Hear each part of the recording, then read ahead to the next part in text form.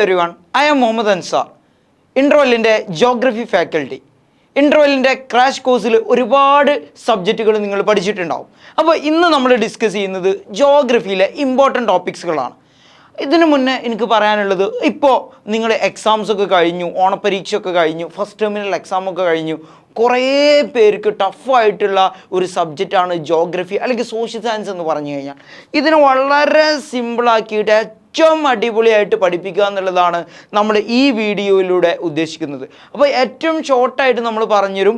കുട്ടികൾ ഒരു പുസ്തകമായിട്ട് മുന്നിൽ ഇരുന്ന് കഴിഞ്ഞാൽ ഏറ്റവും അടിപൊളിയായിട്ട് നമ്മൾ ഇത് അറ്റൻഡ് ചെയ്യാൻ പറ്റും എന്നുള്ളതാണ്. ഒരു നിലക്കും നിങ്ങൾ ബേജാറാവാണ്ട് ജോഗ്രഫി ഞാൻ സെറ്റാക്കി തരും എന്നുള്ള ഉറപ്പ് എനിക്കുണ്ട്. അപ്പോൾ അതിൽ തന്നെ ഏറ്റവും ടഫായിട്ടുള്ള രണ്ടാമത്തെ ചാപ്റ്ററിലെ ഏറ്റവും ഇമ്പോർട്ടൻറ്റ് ടോപ്പിക്സുകളാണ് നമ്മൾ ആദ്യം ഡിസ്കസ് ചെയ്യാൻ പോകുന്നത്. അപ്പോൾ നിങ്ങൾ എൻ്റെ കൂടെ ഉണ്ടാവണം എന്നുള്ളതാണ് ആദ്യം എനിക്ക് റിക്വസ്റ്റ് ചെയ്യാനുള്ളത്.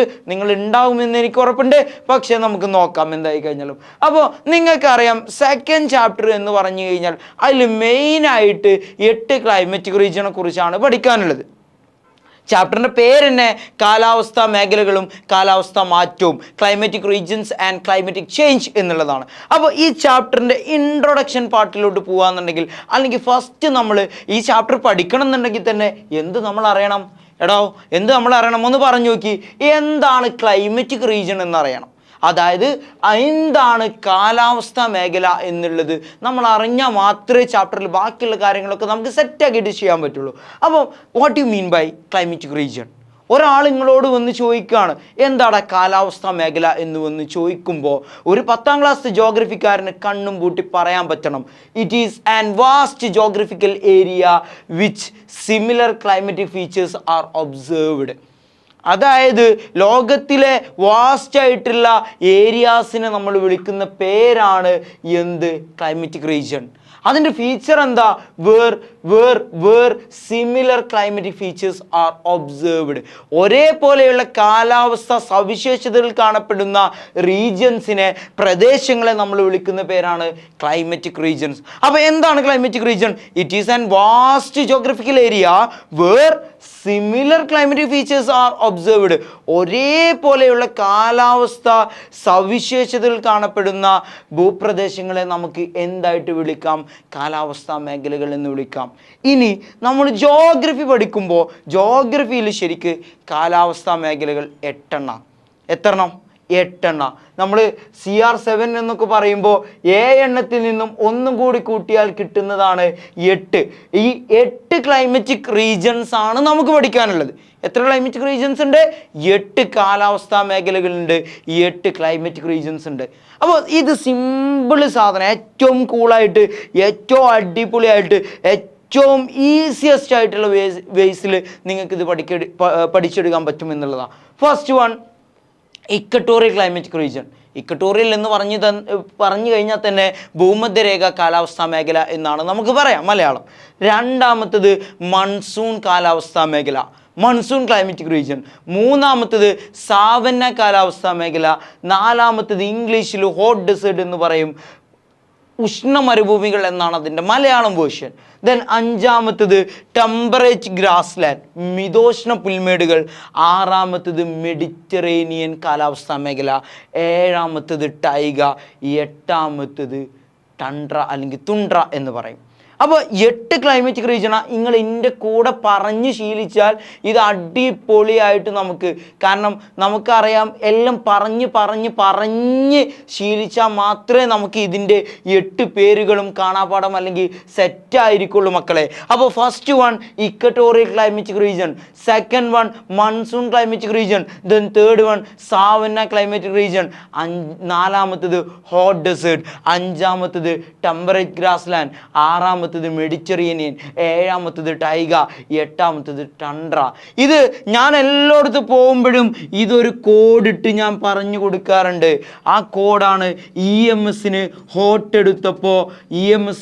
എടുത്തപ്പോൾ ടെമ്പറേച്ചർ കൂടി മെഡിറ്ററേനിയനിൽ കുളിച്ച് ടൈഗ വഴി തുണ്ട്രയിലെത്തി. എന്താണ് EMS എന്ന് പറഞ്ഞു കഴിഞ്ഞാൽ? E for equatorial, then M for monsoon, then S for savanna. അപ്പോൾ തന്നെ നമ്മൾ 3 ക്ലൈമറ്റിക് റീജിയൻ കണ്ണും പൂട്ടി എഴുതില്ലേ? ദെൻ അടുത്തത് ഹോട്ട് എന്ന് പറയുമ്പോൾ നിങ്ങളുടെ മൈൻഡിൽ വരണം ഹോട്ട് ഡെസേർട്ട്. ദെൻ അടുത്തത് ടെമ്പറേച്ചർ കൂടി എന്ന് പറയുമ്പോൾ ടെമ്പറേച്ചർ ഗ്രാസ് ലാൻഡ് നിങ്ങളുടെ മൈൻഡിലോട്ട് വരണം. അടുത്തതാണ് മെഡിറ്ററേനിയൻ കുളിച്ച്. മെഡിറ്ററേനിയൻ എന്ന് പറഞ്ഞു കഴിഞ്ഞാൽ ഒരു ഓഷ്യനാണ്, സീ ആണ്. ദെൻ ടൈഗ, ടണ്ട്ര. അപ്പോൾ EMS ഓട്ടെടുത്തപ്പോൾ ടെമ്പറേച്ചർ കൂടി, മെഡിറ്ററേനിയൻ കുളിച്ച്, ടൈഗ വഴി ടുണ്ട്രയിലെത്തി അല്ലെങ്കിൽ തണ്ട്രയിലെത്തി. അപ്പോൾ ഞാൻ ഇപ്പോൾ പറഞ്ഞിട്ടുള്ള രണ്ട് കാര്യങ്ങളാണ് what you mean by climatic region. കാലാവസ്ഥാ മേഖല എന്ന് പറഞ്ഞു കഴിഞ്ഞാൽ എന്താണ്? കണ്ണും പൂട്ടി പറയാൻ പറ്റും. It is an vast geographical area where similar climatic features are observed. എവിടെയാണോ സമാന കാലാവസ്ഥാ സവിശേഷതകൾ കാണപ്പെടുന്നത് ആ പ്രദേശങ്ങളെ ഒന്നടങ്കം നമുക്ക് ഒരേ കാലാവസ്ഥാ മേഖലകൾ എന്ന് വിളിക്കാം. അതിൻ്റെ അടിസ്ഥാനത്തിൽ ജോഗ്രഫിക്കാരനാണെന്നുണ്ടെങ്കിൽ 8 ക്ലൈമാറ്റിക് റീജിയൻസ് നിങ്ങൾക്ക് പഠിക്കാനുണ്ടാകും. 8 ക്ലൈമാറ്റിക് റീജിയൻസ് ഏതൊക്കെയാണെന്ന് ചോദിച്ചു കഴിഞ്ഞാൽ നിങ്ങൾ കണ്ണും പൂട്ടി പറയണം. ഫസ്റ്റ് വൺ ഇക്വട്ടോറിയൽ ഭൂമധ്യരേഖ കാലാവസ്ഥാ മേഖല, രണ്ടാമത്തേത് മൺസൂൺ കാലാവസ്ഥാ മേഖല, മൂന്നാമത്തേത് സാവന്ന കാലാവസ്ഥാ മേഖല, നാലാമത്തേതാണ് ഹോട്ട് ഡെസേർട്ട് അല്ലെങ്കിൽ ഉഷ്ണമരുഭൂമികൾ, അഞ്ചാമത്തേത് ടെമ്പറേച്ചർ ഗ്രാസ് ലാൻഡ് മിതോഷ്ണ പുൽമേട്, ആറാമത്തേതാണ് മെഡിറ്ററേനിയൻ, ഏഴാമത്തേതാണ് ടൈഗ, എട്ടാമത്തേത് and the final one is tundra. അപ്പോൾ ഞാൻ വിചാരിക്കുന്നത് ഈ പേരും അതേപോലെ ഈ ഡെഫിനിഷനും നിങ്ങൾക്ക് സെറ്റായി എന്നുള്ളതാണ്. നമുക്ക് അടുത്ത വേർഷനിലായിട്ട് ഇതിൻ്റെ ഏറ്റവും എക്സ്പ്ലെയിൻഡ് ആയിട്ട് ഓരോന്നായിട്ട് നമുക്ക് ഡിസ്കസ് ചെയ്യാം. യെസ്, അപ്പോൾ നമ്മൾ 8 ക്ലൈമാറ്റിക് റീജിയൻസ് ഏതൊക്കെയെന്നുള്ളത് പഠിച്ചു. First one equatorial climatic region, second one monsoon climatic region, third one savanna climatic region, നാലാമത്തത് hot desert, fifth one Mediterranean and the sixth one temperate grassland, seventh taiga and tundra. ഇങ്ങനെ 8 നമ്മൾ പഠിച്ചു കഴിഞ്ഞു. അതിൽ ഏറ്റവും important ആയിട്ട് എക്സാമിന് ചോദിച്ച് അല്ലെങ്കിൽ ഈ ഓണപ്പരീക്ഷയ്ക്ക് വരെ ഇമ്പോർട്ടൻ്റ് ആയിട്ട് നമ്മൾ പഠിക്കണം എന്ന് പറഞ്ഞിട്ടുള്ള ടോപ്പിക്കാണ് മൺസൂൺ ക്ലൈമാറ്റിക് റീജിയൻ. എന്തുകൊണ്ട് മൺസൂൺ എന്ന് ചോദിച്ചു കഴിഞ്ഞാൽ ഈ മൺസൂൺ ക്ലൈമാറ്റിക് റീജിയൻ നമ്മളെ അടക്കം ബാധിക്കുന്ന ഒരു ഏരിയ ആയതുകൊണ്ടാണ് ഞാൻ ഇത് ഇമ്പോർട്ടൻ്റ് ആയിട്ട് പഠിക്കണം എന്ന് പറയാനുള്ള റീസൺ. സോ മൺസൂൺ എന്ന് പറഞ്ഞു കഴിഞ്ഞാൽ നിങ്ങൾക്കറിയാം ഇറ്റ് ഈസ് എ വിൻഡ് എന്നുള്ളതാണ്. ഈ വിൻഡ് സമ്മർ സീസണിൽ from sea to land, its direction varies from sea to land. അതായത് വേനൽക്കാലത്ത് ഈ കാറ്റടിക്കുക കടലിൽ നിന്നും കരയിലോട്ടാണ്. ഇനി അതേപോലെ തന്നെ നമ്മളെ വിൻ്റർ സീസണിൽ ഈ കാറ്റിൻ്റെ direction from land to sea, അതായത് കരയിൽ നിന്നും കടലിലോട്ടാണ്. അപ്പോൾ ഇത് ഓരോ പോയിൻ്റായിട്ട് പഠിച്ചു വെച്ചാൽ മതി. മൺസൂൺ ക്ലൈമാറ്റിക് റീജിയൻ്റെ ഫസ്റ്റ് ഫീച്ചറാണ് നമ്മൾ പറയാൻ പോകുന്നത്. The direction in summer is from sea to land and the direction varies in winter land to sea. ഇനി അടുത്തത് പറയാനുള്ളത്, ഇതിന് പേര് വന്ന് തന്നെ നിങ്ങൾക്കറിയാലോ, മൺസൂൺ എന്നുള്ളതുകൊണ്ടാണ്. യെസ്, അടുത്ത പോയിന്റ് എന്ന് പറഞ്ഞു കഴിഞ്ഞാൽ it is highly influenced by monsoon wind. നിങ്ങൾക്ക് പേര് കേട്ടാൽ തന്നെ അറിയാം ഇതിൻ്റെ പേര് മൺസൂൺ ക്ലൈമാറ്റിക് റീജിയൻ എന്നാണ്. അപ്പോൾ എന്തായി കഴിഞ്ഞാലും മൺസൂൺ കാറ്റുകളുടെ സ്വാധീനം ഇല്ലാത്തതിന് ആ പേര് വരില്ലല്ലോ. അപ്പോൾ it is influenced by monsoon wind. ഇനി ഏതൊക്കെ ലൊക്കേഷനിലാണ് ഈ ക്ലൈമാറ്റിക് റീജിയൻ കാണപ്പെടുന്നത്, എവിടെയെല്ലാമാണ്? First one south Asia, south east Asia, then some parts of Africa. ആഫ്രിക്കയിലെ കുറച്ച് ഭാഗങ്ങളിൽ ഇത് കാണപ്പെടുന്നുണ്ട്. ആൻഡ് നോർത്തേൺ ഓസ്ട്രേലിയ, അതായത് മലയാളത്തിൽ പറയാന്നുണ്ടെങ്കിൽ തെക്ക് ഏഷ്യ, തെക്ക് കിഴക്ക് ഏഷ്യ, ആഫ്രിക്കയുടെ ചില ഭാഗങ്ങൾ ആൻഡ് വടക്ക് ഓസ്ട്രേലിയ എന്നുള്ളതാണ്. അപ്പോൾ ഒന്നും കൂടി നോക്കുക ഏതൊക്കെയാണ് location. South Asia, south east Asia, some parts of Africa and in northern Australia. Then ഇതിൻ്റെ മേജർ പ്രത്യേകതയാണ്, മൺസൂൺ ക്ലൈമാറ്റിക് റീജിയൻ്റെ മെയിൻ പ്രത്യേകതയാണ് ഹൈ ഹ്യൂമിഡ് സമ്മർ എന്നുള്ളതാണ്. അല്ലെങ്കിൽ നമുക്ക് പറയാം ലോങ് ആൻഡ് ഹ്യൂമിഡ് സമ്മർ എന്ന് പറഞ്ഞാലും മതി. ആർദ്രവും നീണ്ടതുമായ നമ്മൾ സമ്മർ സീസൺ എന്നുള്ളതാണ് പറയുന്നത്. Then short and dry winter, ഹ്രസ്വമായ വളരെ കുറഞ്ഞ വരണ്ട ശൈത്യകാലം. അപ്പം കാലങ്ങളൊക്കെ എങ്ങനെയാണ്? Long and humid summer, then short and dry winter. Malayalam മീഡിയത്തിൽ നീണ്ടതും ആർദ്രവുമായ പിന്നെ ഉഷ്ണകാലം, ശൈത്യകാലമാണെങ്കിൽ എങ്ങനെ വരണ്ടതും, അതുപോലെ തന്നെ വരണ്ടതും അതുപോലെ തന്നെ ഹ്രസ്വമായ, അതായത് കുറവുള്ള ശൈത്യകാലവുമാണ് എന്നുള്ളതാണ്. ദെൻ അടുത്ത പോയിന്റ് പറയുന്നത് diurnal range of temperature is very low in coastal area. Coastal ഏരിയാസിൽ, തീരപ്രദേശങ്ങളിൽ ദൈനിക താപാന്തരം കുറവാണ്. എന്താ ദൈനിക താപാന്തരം എന്ന് പറഞ്ഞു കഴിഞ്ഞാൽ maximum temperature minus minimum temperature. അപ്പോൾ ഫസ്റ്റ് ചാപ്റ്ററിൽ നിങ്ങൾ പഠിച്ചതാ. ആ ചാപ്റ്റർ നിങ്ങൾ മര്യാദയ്ക്ക് പഠിച്ചിട്ടുണ്ട് എന്നുണ്ടെങ്കിൽ ഈ സംഭവം, ഈ കൺസെപ്റ്റ് നിങ്ങൾക്ക് മനസ്സിലാവും എന്നുള്ളതാണ്. ദെൻ അതേപോലെ തന്നെ ആവറേജ് റെയിൻഫാൾ 50 സെൻറ്റിമീറ്ററിലാണ് തുടങ്ങുന്നതിന് 200 സെൻറ്റിമീറ്റർ എബോവ്. അപ്പോൾ റെയിൻഫാളിൻ്റെ അവസ്ഥ എടുത്ത് നോക്കുകയാണെങ്കിൽ നല്ല മഴ കിട്ടുന്ന പ്രദേശങ്ങളാണ് മൺസൂൺ ക്ലൈമറ്റിക് റീജിയൻ. അതുകൊണ്ടാണ് ഈ പേര് വന്ന് നമ്മൾ ഓൾറെഡി പഠിച്ചു. സോ റെയിൻഫാൾ, ആവറേജ് റെയിൻഫാൾ എത്ര ഉണ്ടോ? 50 സെൻറ്റിമീറ്റർ മുതൽ 1000 സെൻറ്റിമീറ്ററിന് എബോവ് എന്നുള്ളതാണ്.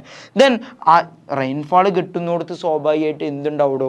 ലക്ഷൂറിയസ് ഗ്രോത്ത് ഓഫ് വെജിറ്റേഷൻ, നല്ല പച്ചപ്പുള്ള മരങ്ങൾ കാണപ്പെടുന്നു.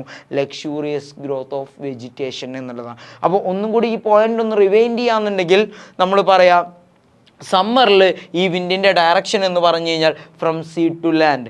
അത് വിൻ്റർ സീസണിൽ എത്തുമ്പോൾ ലാൻഡ് ടു സീ ആവുന്നു. മൂന്നാമത്തെ പോയിന്റ് നമ്മൾ പറഞ്ഞത് it is highly influenced, this climatic region is highly influenced by the monsoon wind. അടുത്ത point South Asia, south east Asia, some parts of Africa and northern Australia, ഈ ഭാഗങ്ങളിലാണ് ഇത് locate ചെയ്തിട്ടുള്ളത് എന്നാണ്. ദെൻ മേജർ ക്ലൈമറ്റിക് ഫീച്ചറാണ് long and humid summer and short and dry winter എന്നുള്ളത്. Then diurnal range of temperature is very low in coastal area, higher in interior part. Then last 2 points നോക്കുകയാണെന്നുണ്ടെങ്കിൽ rainfall എത്രയാണ്? Comparatively higher ആണ്. ആ higher എന്ന് പറഞ്ഞു കഴിഞ്ഞാൽ average rainfall is equal to 50 centimetre to 1000 centimetre above. And the final point is here luxuriant growth of vegetation എന്നുള്ളതാണ്. അപ്പോൾ monsoon climatic റീജിയനിൽ കുറേ ലക്ഷൂറിയൻ വെജിറ്റേഷൻ ഉണ്ട് നമ്മൾ പറഞ്ഞിട്ടുണ്ട്. അപ്പോൾ ഏതാണ് ലക്ഷൂറിയസ് വെജിറ്റേഷൻ എന്ന് ചോദിച്ചു കഴിഞ്ഞാൽ first one evergreen deciduous forest. എന്താ ഡെസീഡിയസ് ഫോറസ്റ്റ് എന്ന് പറഞ്ഞു കഴിഞ്ഞാൽ ഇല പൊഴിയാത്ത അല്ലെങ്കിൽ അത്രയും ഉള്ളുള്ള ടൈപ്പ് ഫോറസ്റ്റുകളാണ് ഇവിടെ കാണപ്പെടുക എന്നുള്ളതാണ്. ദെൻ ഇതിൻ്റെ മറ്റൊരു പേരാണ് മൺസൂൺ ഫോറസ്റ്റ്. അപ്പോൾ നിങ്ങൾ എഴുതി വെക്കേണ്ടത് റെയിൻഫാൾ കൂടുതലാണെന്ന് അറിയാലോ, അതുകൊണ്ട് തന്നെ ഇവിടെ എവർഗ്രീൻ ഡെസീഡിയസ് ഫോറസ്റ്റ് കാണപ്പെടുന്നു. അതിൻ്റെ അതർ നെയിമാണ് മൺസൂൺ ഫോറസ്റ്റ്. അല്ലെങ്കിൽ നമ്മൾ അതിനെ വിളിക്കുന്നൊരു പേരെന്താ പറയുക, ഇല പൊടിയാത്ത കാടുകൾ എന്നുള്ളതാണ് അതിനെ നമ്മൾ വിളിക്കുക. ദെൻ ഇവിടെ ഈ ഫോറസ്റ്റുകളും ഇതൊക്കെ ഉണ്ട് എന്നുണ്ടെങ്കിൽ പോലും ഹൈ റെയിൻഫാളിനെ കൊണ്ട് തന്നെ ഇവിടെ ഹൈ പോപ്പുലേഷനാണ്. Population density is very high. Then അടുത്തത് പോപ്പുലേഷനും ഉണ്ട്, അതുകൊണ്ട് തന്നെ ഇവിടെ എന്തുണ്ടാവും? അഗ്രികൾച്ചറും ഉണ്ടാവും, കൃഷിയും ഉണ്ടാവും. എന്തൊക്കെയാണ് ഇവിടെ കാണപ്പെടുന്ന കൃഷികൾ? ഫസ്റ്റ് വൺ റൈസ്, നെല്ല് കാണപ്പെടുന്നുണ്ട്. സെക്കൻഡ് വൺ ഷുഗർ കെയിൻ, കരിമ്പ് കാണപ്പെടുന്നുണ്ട്. നമ്മുടെ നാട്ടിൽ കാണപ്പെടുന്ന സംഭവങ്ങളൊക്കെ തന്നെയാണ്. കോട്ടൺ, പരുത്തി കൃഷി കാണപ്പെടുന്നുണ്ട്. ടീ, നമ്മളെ തേയില കാണപ്പെടുന്നുണ്ട്. സോ നമ്മൾ പറഞ്ഞ പോയിന്റ്സ് ഇവിടെ നല്ല എവർഗ്രീൻ ആയിട്ടുള്ള ഫോറസ്റ്റ് കാണപ്പെടുന്നുണ്ട്. അതിൻ്റെ മറ്റൊരു പേരാണ് നമ്മൾ പറഞ്ഞിട്ടുള്ളത് മൺസൂൺ ഫോറസ്റ്റ്. ദെൻ ഈ ഫോറസ്റ്റുകളൊക്കെ ഉണ്ടെങ്കിൽ പോലും ഇവിടെ ഹൈ റെയിൻഫാളും ഹൈ ലേബർ അവൈലബിലിറ്റിയും ഉള്ളത് കൊണ്ട് തന്നെ ഇവിടുത്തെ പോപ്പുലേഷൻ ഭയങ്കര കൂടുതലാണ്. Density of population is very high. ജനസംഖ്യ വളരെ കൂടുതലാണ്. ദെൻ ജനസംഖ്യ കൂടുതലുള്ളത് കൊണ്ട് തന്നെ ഇവിടുത്തെ മെയിൻ ആൾക്കാർ ജീവിച്ച് പോകുന്നത് എന്ന് പറഞ്ഞു കഴിഞ്ഞാൽ ഡ്യൂ ടു ഹൈ അഗ്രികൾച്ചർ. ഏതൊക്കെ കൃഷി? കൃഷി നമ്മുടെ നാട്ടിലുള്ളതൊക്കെ തന്നെ എഴുതി വെച്ചാൽ മതി. റൈസ്, നെല്ല്. സെക്കൻഡ് വൺ ഷുഗർ കെയിൻ എന്ന് പറഞ്ഞാൽ കരിമ്പ്. ദെൻ കോട്ടൺ, പരുത്തി കൃഷി. ടീ എന്ന് പറഞ്ഞ് ഞങ്ങൾക്ക് അറിയാമല്ലോ, തേയില. അങ്ങനെ ഒരു 3-4 പഠിച്ചു വെച്ചിട്ട് നിങ്ങൾക്ക് എക്സെട്ര വെച്ചിട്ട് ഒപ്പിക്കാൻ പറ്റുന്നുണ്ടെങ്കിൽ അതായിരിക്കും ഏറ്റവും ബെറ്റർ. ദെൻ ഇവിടെ കാണപ്പെടുന്ന കൃഷി രീതി ഇൻറ്റൻസീവ് സബ്സിസ്റ്റൻസ് ഫാമിംഗ് എന്ന് പറയും. പാരമ്പര്യ കൃഷി രീതിയാണ്. അത് ഇമ്പോർട്ടൻ്റാണ്. അതായത് പുതിയ ടൈപ്പ് കൃഷി രീതികളല്ല ഈ മൺസൂൺ ക്ലൈമറ്റ് റീജിയനിൽ അവലംബിക്കുന്നത്. പഴയ രീതിയിൽ എന്താ പറയുക, നമ്മൾ പറയാമല്ലോ, പഴയ രീതിയിലുള്ള സിസ്റ്റമാണ് ഇവർ ഫോളോ ചെയ്യുന്നത് കൃഷിയിൽ. അതായത് പുതിയ രീതിയിലുള്ള യന്ത്രങ്ങളോ വിത്തുകളോ ഒന്നും പുതിയ രീതിയിലുള്ളതല്ല ഇവർ യൂസ് ചെയ്യുന്നത്, പഴയ കൃഷി രീതിയാണ് ഇവർ യൂസ് ചെയ്യുന്നത്. ദെൻ അതേപോലെ ഇൻ സം പാർട്ട് ഇവിടുത്തെ ചില ഭാഗങ്ങളിൽ ഷിഫ്റ്റിംഗ് കൾട്ടിവേഷനും യൂസ് ചെയ്യുന്നുണ്ട്, അല്ലെങ്കിൽ അഡാപ്റ്റ് ചെയ്ത് പോരുന്നുണ്ട് എന്നുള്ളതാണ്. അപ്പോൾ മൺസൂൺ ക്ലൈമറ്റ് റീജിയനെ കുറിച്ച് ഞാൻ പറഞ്ഞത് it is influenced, highly influenced by monsoon wind. അതിൻ്റെ ഡയറക്ഷൻ ഞാൻ പറഞ്ഞു. ദെൻ അതേപോലെ തന്നെ ഞാൻ പിന്നെ പറഞ്ഞിട്ടുള്ള മെയിൻ പോയിൻ്റാണ്, മെയിൻ കാര്യമാണ് എന്താ പറയുക, long and humid summer, short and dry winter. Then എത്രയാണ് അവിടുത്തെ റെയിൻഫാൾ എന്നുള്ളത് ആവറേജ് നമ്മൾ പഠിച്ചു. റെയിൻഫാൾ കൊണ്ട് അവിടുത്തെ ഫോറസ്റ്റ് നമ്മൾ പഠിച്ചു.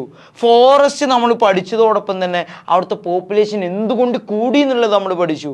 അവിടുത്തെ പോപ്പുലേഷൻ കൂടിയത് അല്ലെങ്കിൽ അവിടുത്തെ ജീവൻ്റെ ഉപാധി എന്താണെന്നുള്ളത് നമ്മൾ പഠിച്ചു. Mainly agriculture. അത് ചിലപ്പോൾ നിങ്ങളോട് ചോദിക്കും, അഗ്രികൾച്ചർ ഏതൊക്കെയെന്ന് നമ്മൾ പഠിച്ചു, ഏത് ടൈപ്പാന്നുള്ളതും പഠിച്ചു. അപ്പം മൺസൂൺ ക്ലൈമറ്റ് റീജിയൻ നിങ്ങൾക്ക് സെറ്റായി എന്നുള്ളതാണ് എൻ്റെ വിശ്വാസം. അത് സെറ്റായിട്ട് എഴുതാനും പറ്റണം. 4-5 മാർക്കിന് ചോദിക്കാവുന്ന ചോദ്യങ്ങളാണിത്. അപ്പോൾ നമ്മൾ മൺസൂൺ ക്ലൈമറ്റ് റീജിയനെ കുറിച്ച് വളരെ എക്സ്പ്ലെയിൻ ചെയ്തിട്ട് പഠിച്ചു. കൂളായിട്ട് നിങ്ങൾക്ക് എക്സാമിന് എഴുതാൻ പറ്റും എന്നുള്ളതാണ് എൻ്റെ വിശ്വാസം. ഇനി രണ്ടാമത്തെ അതിൽ ഇമ്പോർട്ടൻ്റ് ആണ് സാവന്ന ക്ലൈമറ്റിക് റീജിയൻ, സാവന്ന കാലാവസ്ഥാ മേഖല. ഇതിൻ്റെ ലൊക്കേഷൻ വരുന്നത് ഫസ്റ്റ് വൺ ഓരോ പോയിൻ്റായിട്ട് നിങ്ങൾ ഓർത്ത് വെച്ചാൽ മതി. സിമ്പിൾ കാര്യമാണ്. ഇതിൻ്റെ ലൊക്കേഷൻ എന്ന് പറഞ്ഞു കഴിഞ്ഞാൽ ഇരു അർദ്ധഗോളങ്ങളിലും in both hemispheres 10 to 30 degree. അതായത് 2 അക്ഷാംശ രേഖകൾക്കിടയിലും 30-നും 10 ഡിഗ്രിക്കും ഇടയിലാണ് ഇതിൻ്റെ ലൊക്കേഷൻ വരുന്നത്. It is located in between 10 degree to 30 degree north and south എന്നുള്ളതാണ്. ഇനി രണ്ടാമത്തെ പോയിന്റ് വളരെ ഇമ്പോർട്ടൻ്റാണ്. അതങ്ങനെ തന്നെ ശ്രദ്ധിച്ച് നിങ്ങൾ കേൾക്കണം. It is named in different. പല റീജൻസിലും ഇത് പല പേരിലാണ് കുട്ടികളെ അറിയപ്പെടുന്നത്. ഇപ്പം നമ്മളൊക്കെ പെരയിൽ ഓരോ പേരിലാവുമല്ലോ ഫെമിലിയർ. ഇപ്പം ചിന്നു, പൊന്നു, മിന്നു, അനു എന്നൊക്കെ പറയുന്നത് പോലെ ഓരോ പേരിലേക്കും അറിയപ്പെടുക. അപ്പോൾ ഈ സാവന്ന അറിയപ്പെടുന്നതും, സാവന്ന എന്ന് പറഞ്ഞു കഴിഞ്ഞാൽ ഒരു ടൈപ്പ് പുല്ലാണ്, അതുകൊണ്ടാണ് അതിന് ആ പേര് വന്നത്. പക്ഷേ സാവന്ന ഓരോ സ്ഥലത്തും ഓരോ പേരിൽ അറിയപ്പെടുന്നത്. അപ്പോൾ സാവന്ന ആഫ്രിക്കയിൽ അറിയപ്പെടുന്നത് സാവന്ന തന്നെ, അവിടെ അങ്ങനെ തന്നെ പേര്. ഇപ്പോൾ ഇന്നെൻ്റെ പേരെ വിളിക്കുന്ന പേര് അൻസാറ എന്ന് തന്നെ. അതേപോലെ സാവന്നനെ ആഫ്രിക്കയിൽ സാവന്ന തന്നെ വിളിക്കും. രണ്ടാമത്തത് ബ്രസീലിൽ ഇതിന് കുറച്ച് ക്യാമ്പോസ്, ബ്രസീലത്തെ പേരൊക്കെ അങ്ങനെയാണല്ലോ, ഒരു എസ് ഉണ്ടാവും മിക്കവാറും. അപ്പോൾ ക്യാമ്പോസ് എന്നാണ് വിളിക്കുക. മൂന്നാമത്തത് വെനസ്വേലയിൽ ഇതിന് ലാനോസ് എന്നാണ് വിളിക്കുക. അപ്പോൾ 3 പേരിൽ അത് അറിയപ്പെടുന്നത്. ആഫ്രിക്കയിലാണെങ്കിൽ അതിന് സാവന്ന എന്ന് തന്നെ വിളിക്കും. ദെൻ ബ്രസീലാണെങ്കിൽ അതിന് ക്യാമ്പോസ് എന്ന് വിളിക്കും. വെനസ്വേലയിലാണെങ്കിലോ ലാനോസ് എന്ന് വിളിക്കും. ചിലപ്പോൾ ചേരുമ്പോഴേക്ക് ചോദിക്കാൻ ചാൻസ് ഉള്ള ഒരു ടോപ്പിക്കാണ്, അതുകൊണ്ടാണ് നമ്മൾ അങ്ങനെ പറഞ്ഞത്. അപ്പോൾ ലൊക്കേഷൻ നമ്മൾ പറഞ്ഞു 10 degree to 30 degree in both hemispheres. രണ്ടാമത്തെ ഇതിൻ്റെ 3 പേരും നമ്മൾ പഠിച്ചു, പക്കയാണെന്നാണ് കരുതുന്നത്. ഇനി ഇതിൻ്റെ സ്പെഷ്യൽ ഫീച്ചറാണ് ഹോട്ട് ആൻഡ് ഹ്യൂമിഡ് സമ്മർ. അതായത് ചൂട് കൂടിയതും ആർദ്രവുമായ വരണ്ട കാലം, അല്ലെങ്കിൽ നമുക്ക് സമ്മറിനെ നമ്മൾ എന്ത് വിളിക്കാം, ഉഷ്ണകാലം എന്ന് വിളിക്കാം. ദെൻ നേരെ opposite cool and dry winter, നല്ല തണുപ്പുള്ളതും വരണ്ടതുമായ ശൈത്യകാലം. അതാണ് ഇതിൻ്റെ മെയിൻ ഫീച്ചർ എന്ന് പറഞ്ഞു കഴിഞ്ഞാൽ hot and humid summer and cool and dry winter season. Then വളരെ ഇമ്പോർട്ടൻ്റ് ആയിട്ടുള്ള നെക്സ്റ്റ് പോയിന്റ് ആണ് ആവറേജ് ടെമ്പറേച്ചർ. ഇവിടുത്തെ ആവറേജ് ശരാശരി താപനില എന്ന് പറയുന്നത് 21 ഡിഗ്രി സെൽഷ്യസിനും 32 ഡിഗ്രി സെൽഷ്യസിനും ഇടയിലാണ്. അപ്പോൾ എത്രയാണ്? 21 ഡിഗ്രി സെൽഷ്യസിനും 32 ഡിഗ്രി സെൽഷ്യസിനും ഇടയിലാണ്. In between 21 degree Celsius to 32 degree Celsius. Then average rainfall, നമ്മൾ ആവറേജ് റെയിൻഫാൾ മൺസൂൺ ക്ലൈമറ്റിക് റീജിയൻ്റെ എത്രേനോടാ പറഞ്ഞതിന്, പറയടാ എത്രേനു പറഞ്ഞത്? 50 സെൻറ്റിമീറ്റർ മുതൽ 1000 സെൻറ്റിമീറ്ററിന് മുകളിൽ വരെ പോയിന് മൺസൂൺ ക്ലൈമറ്റിക് റീജിയനിൽ. പക്ഷേ ഇവിടെ അത് എത്ര ആയിടോ? 25 സെൻറ്റിമീറ്റർ മുതൽ 125 സെൻറ്റിമീറ്റർ വരെ. അപ്പോൾ ഒന്നും കൂടി നോക്കുകയാണെന്നുണ്ടെങ്കിൽ പോയിന്റ്സ് ഞാൻ പറഞ്ഞ ഫസ്റ്റ് വൺ സിമ്പിൾ സാധനം. First one location 10 degree to 30 degree. Then different names, savanna, campos, llanos. അടുത്ത് പറഞ്ഞത് ഇതിൻ്റെ main feature hot and humid summer, then cool and dry winter. അടുത്തത് average temperature 21 degree Celsius to 32 degree Celsius.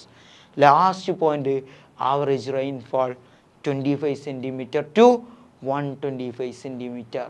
അപ്പോൾ savanna climatic റീജിയൻ്റെ നമ്മൾ rainfall വരെ നമ്മൾ പഠിച്ചു.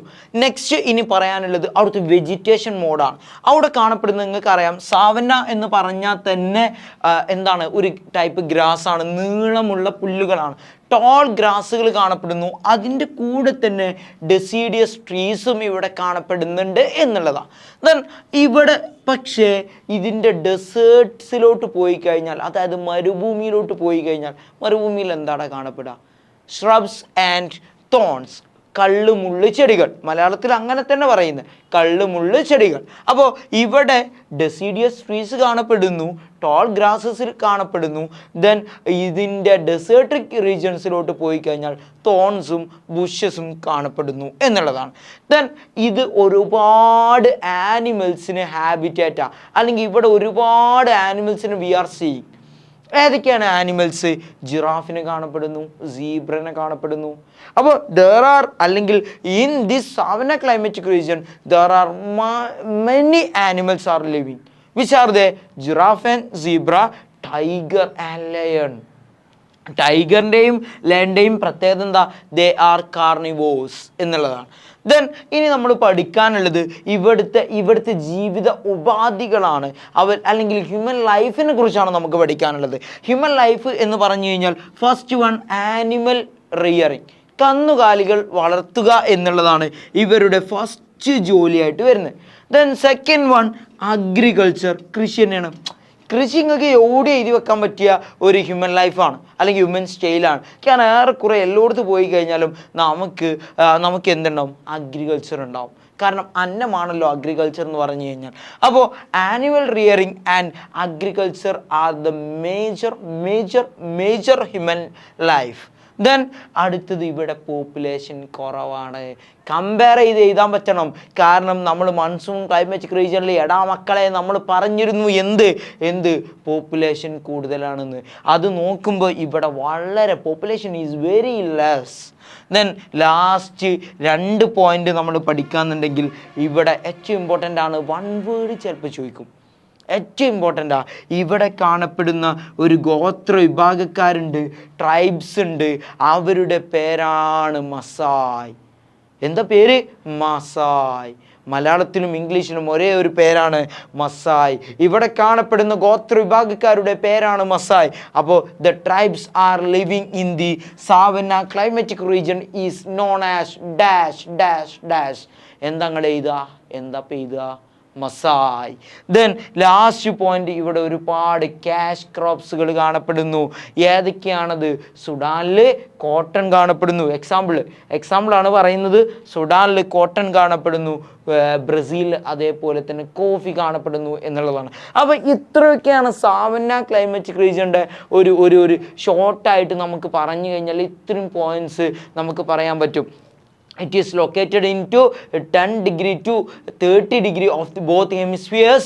Then രണ്ടാമത് നമ്മൾ പറഞ്ഞത് അത് ഡിഫറെൻറ്റ് നെയിംസിൽ അറിയപ്പെടുന്നു, ക്യാമ്പോസ്, ലാനോസ് ആൻഡ് സാവന്ന. ദെൻ അതിൻ്റെ റെയിൻഫാൾ പഠിച്ചു, അതിൻ്റെ ടെമ്പറേച്ചർ പഠിച്ചു, അതിൻ്റെ വെജിറ്റേഷൻ ടൈപ്പ് പഠിച്ചു, അതിൻ്റെ ഹ്യൂമൻ ലൈഫ് പഠിച്ചു, അവിടെ വളരുന്ന മസായ് ട്രൈബ്സിന് ഏതാണെന്ന് പഠിച്ചു. ദെൻ അതേപോലെ തന്നെ അവിടുത്തെ ക്യാഷ് ക്രോപ്സ് ഏതൊക്കെയെന്നുള്ളതും വിത്ത് എക്സാമ്പിൾസ് നമ്മൾ പഠിച്ചു. ഇനി നിങ്ങൾക്ക് എക്സാമിന് തിരിഞ്ഞു നോക്കേണ്ട ഒരു ആവശ്യം ഉണ്ടാവില്ല. ഇത് 100% ഗ്യാരണ്ടി ആയിട്ട് സെറ്റായിട്ട് നിങ്ങൾക്ക് എക്സാമിന് എഴുതാൻ പറ്റുമെന്നുള്ളതാണ്.